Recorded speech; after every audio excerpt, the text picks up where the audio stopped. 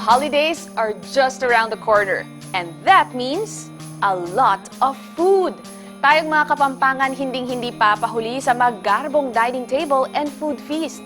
But apart from our traditional handa during the holidays, alam nyo ba we can make our intimate dinners and parties even more special with a grazing board.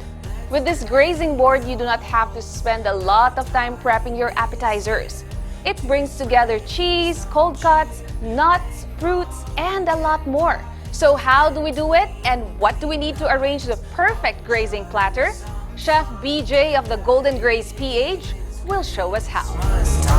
Hi, I am Chef Beejay Allapitan, owner of Golden Graze PH. We specialize on appetizer tables. You can create your own boards or even grazing table sa bahay.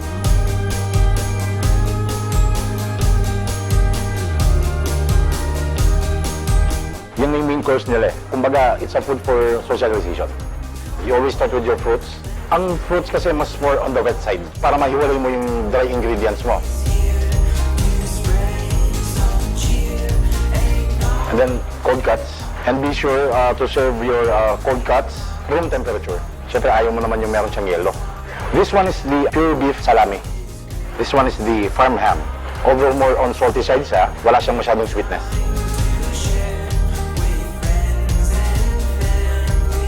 This one is the liner, carrot liner. It's more on the salty and soft side ng mga cold cuts.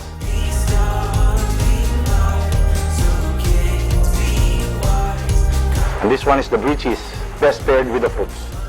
Colby Jack cheese.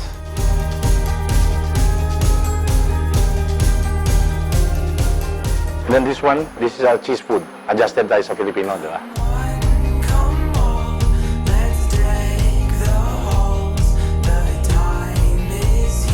And this one is ciabatta bread. It's more on sourdough. This one is the oat bread. This one is the back liver pate. This one is the vegetable crackers. For garnishes, walnuts, raisins, almond chocolate, pickled onions, olives, and pickled cucumber. That's our grazing board.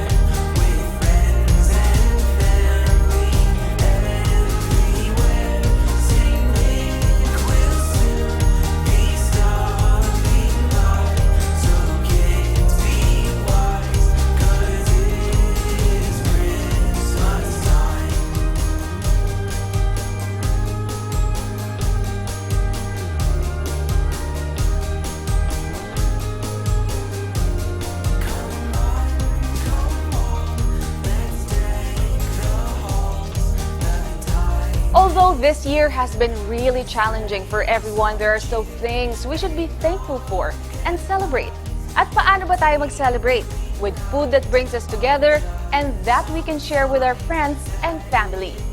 I am Nicolette Henson-Hizon. Join us daily here and on our official Facebook account, CLTV36, and YouTube account, CLTV36 Official, as we give you tips to live every day beyond style.